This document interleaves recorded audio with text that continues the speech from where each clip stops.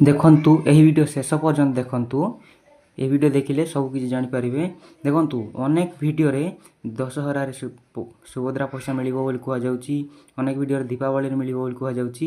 ଏସବୁ ନ ଦେଖି ନ ବୁଝିକି ସବୁ ଭିଡ଼ିଓ କରୁଛନ୍ତି ଭ୍ୟୁ ପାଇଁ। ତାଙ୍କ ଭିଡ଼ିଓ ଦେଖିକିନା ବେକାର ଭ୍ୟୁ ବଢ଼ାନ୍ତୁ ନାହିଁ। ଦୀପାବଳିରେ ମିଳିବ କି ନାହିଁ ସେଟା ତ କିଛି ଜାଣି ହେବ ନାହିଁ, କି ସରକାରଙ୍କ ତରଫରୁ କିଛି ବି ଦିଆଯାଇ ନାହିଁ। ସେମାନେ ମିଛରେ ଭିଡ଼ିଓ ବନାଉଛନ୍ତି, ତାଙ୍କ ଭିଡ଼ିଓ ଦେଖନ୍ତୁ ନାହିଁ।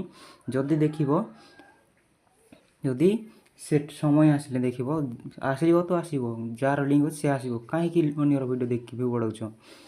ଦୀପାବଳିରେ ମିଳିବ କି ନାହିଁ ତାର କିଛି ଗ୍ୟାରେଣ୍ଟି ନାହିଁ। ସରକାର ଏବେ ପର୍ଯ୍ୟନ୍ତ କୌଣସି ନୋଟିସ୍ ପଠାଇ ନାହିଁ। ସେମାନେ ମିଛରେ ତାଙ୍କ ମନ ଇଚ୍ଛା ଭିଡ଼ିଓ ବନେଇ ପକାଉଛନ୍ତି। ସେସବୁ ଭିଡ଼ିଓ ଦେଖନ୍ତୁ ନାହିଁ। ଯଦି ଏ ଚ୍ୟାନେଲକୁ ନୂଆ ଆସିଛନ୍ତି ତାହେଲେ ଲାଇକ୍ କରି ଚ୍ୟାନେଲକୁ ସବସ୍କ୍ରାଇବ୍ କରିଥାନ୍ତୁ। ଏମିତି ଭିଡ଼ିଓ ଦେଖିପାରିବେ। ଅନ୍ୟମାନଙ୍କର ଭିଡ଼ିଓ ଦେଖିବେ, କିଛି ବୁଝିପାରିବେ ନାହିଁ। ମିଛରେ ନ ଦେଖିକିନା ଭିଡ଼ିଓ ବନାଉଛନ୍ତି।